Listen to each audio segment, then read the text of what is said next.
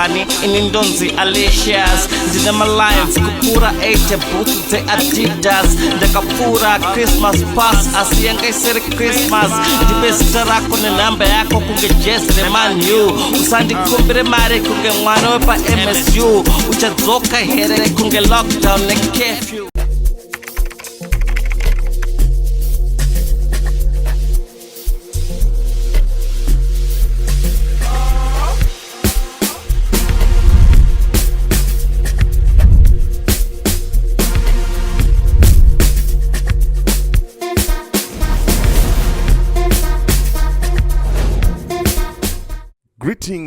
Greetings, and more greetings to you good people. My name is DJ Holly, and welcome to 0.5 Creative Studios. Chitubu, che content chitubu, chisingapu chitubu, chinonwane munhu wese chitubu, chakavenekwa, chikawongororwa nana mazvikokota kunzi aiwaka chitubu ichi chine content iri healthy, content yakachena, yakakodzera kunge ichikonsumwa nemunhu akaita kunge iwewe. Ndosaka uri panapa muzuva ranhasi. So if it's your first time here, dzvanya subscribe button and the notification bell so that you don't miss out on any exciting content uploaded. Kana ungo agara uri mugari wepanapa dangokutenda nekuita sei nekukurumidza kubhadhara rent. Right, nyaya ndiri kufambira panapa inyaya yembudzi yakurera mbudzi. The goat is now taking care of goats. Is now breeding goats. Hey, goats is now selling goats. Hey, the goat is now selling goats or goat. Hey, what was that chirungu? Tudzori zvinonzi muchirungu pa comment section. But zvisinei zviri kunzi TateGuru Mbudzi ye hip hop. Goat re hip hop. Greatest of all times when it comes to hip hop.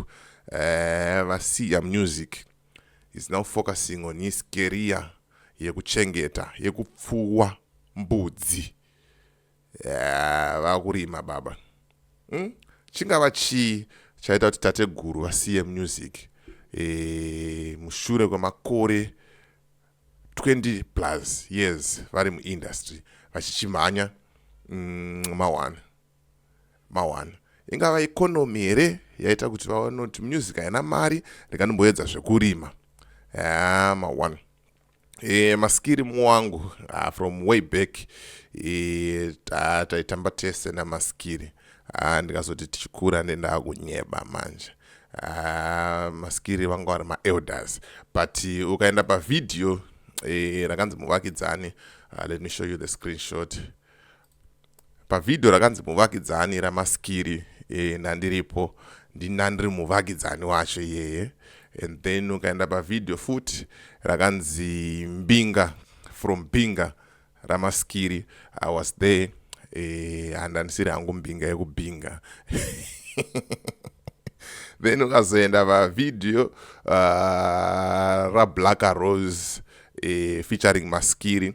Black Rose ndiye chipomoko chamaskiri, ndo mukadzi wamaskiri. Black Rose ndiye wakaimba namaskiri Mabude, ndoenda Mabude, ndiye Black Rose yeye handiti. So song yamatanga kunzwa ichirira kwekutanga uko, that was my unreleased song that I did with Maskiri. Takazongoboekana here and there, but tichapinda futi mustudio tiono toita sei todzosachi ngoma nditika. So that's the relationship between me and Maskiri. Munhu wekuziya, but pane post yandaona iri kutaura iyo kuti aiwaka mukuru wati zvemumhanzi rikatimbosiya timboita sei, timbomhanyisa zvekuita sei, zvekurima. Mawani ndo post yachirapo iyo, verengai zvenyu muzvite sei, muzvionere mega, muzvinzwire mega kuti hanzi a 43-year-old Urban Grooves rapper. Maskiri anozviramba manje zvokunzi Urban Grooves anozvita munhu wehip hop. Anozvita munhu wehip hop handitika. Hanzi Maskiri is now into full-time goat breeding and importation. Vari kuexporta nekuimporta mbudzi vari kuspecialize mbudzi dzinonzi maboas from South Africa, nedzinonzi hanzi Kalahari red. Mukadzigugula mbudzi idzodzo dzimunodziona, hai mbudzi chaidzo, imbudzi dzinodhura, imbudzi svinu. Mbudzi dzacho dzoitwa ngemombe, dzoitwa ngezvimhuru zvemombe zvakagwinya handitika.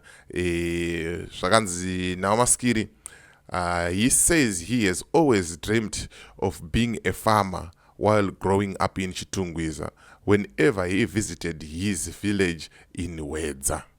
Aiwa, akahanzi nemukuru, aiwa, chachiri chido changu kuti ndiite sei ndigare ndichiita zvekurima, kuti one day ndichazorimawo, one day ndichazoita sei ndichazopindawo machena ndopiwawo kamunda kana bigger space ndotanga kuda sei kurimawo handitika. So right now vane project yavo yakutomhanya.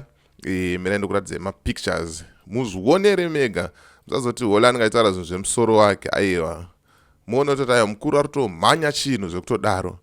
Awo mbudzi idzo, mukuona kugwinya kwadzakaita mbudzi dzacho, ma1. Saka kana anenge anakirwa nembudzi, ari kuda mbudzi, bata Maskiri paFacebook, kana ukauya kuinbox kwangu ndokupa namba dzake, woita sei, woita mudiginyira wembudzi handitika.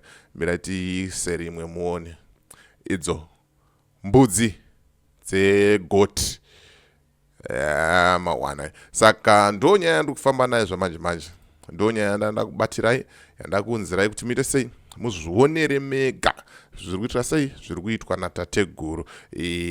Siya comment section wotaura kuti bo here yakuitwa naMaskiri kana kuti bo here handitika. Comment yako yakakosha, zvaunofunga zvakakosha panapa pachitubu handitika. So as for me, DJ Holly and the rest of the crew behind the scenes, tiri kuti it's bye for now. Ngatisangane mchinyi muvidhio rinoteera apo panenge ndakuunzirai dzimwe nyaya dziri kupisa, nyaya dzikuita sei dziri kutrenda zvamanje handitika. So bye for now.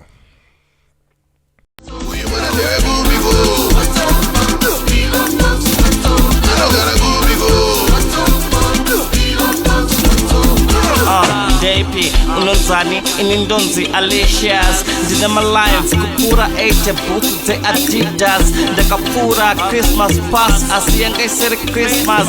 Ndipe zita rako nenhamba yako kunge jezi reMan U, usandikumbire mari kunge mwana wepa MSU, uchadzoka here kunge lockdown necafe.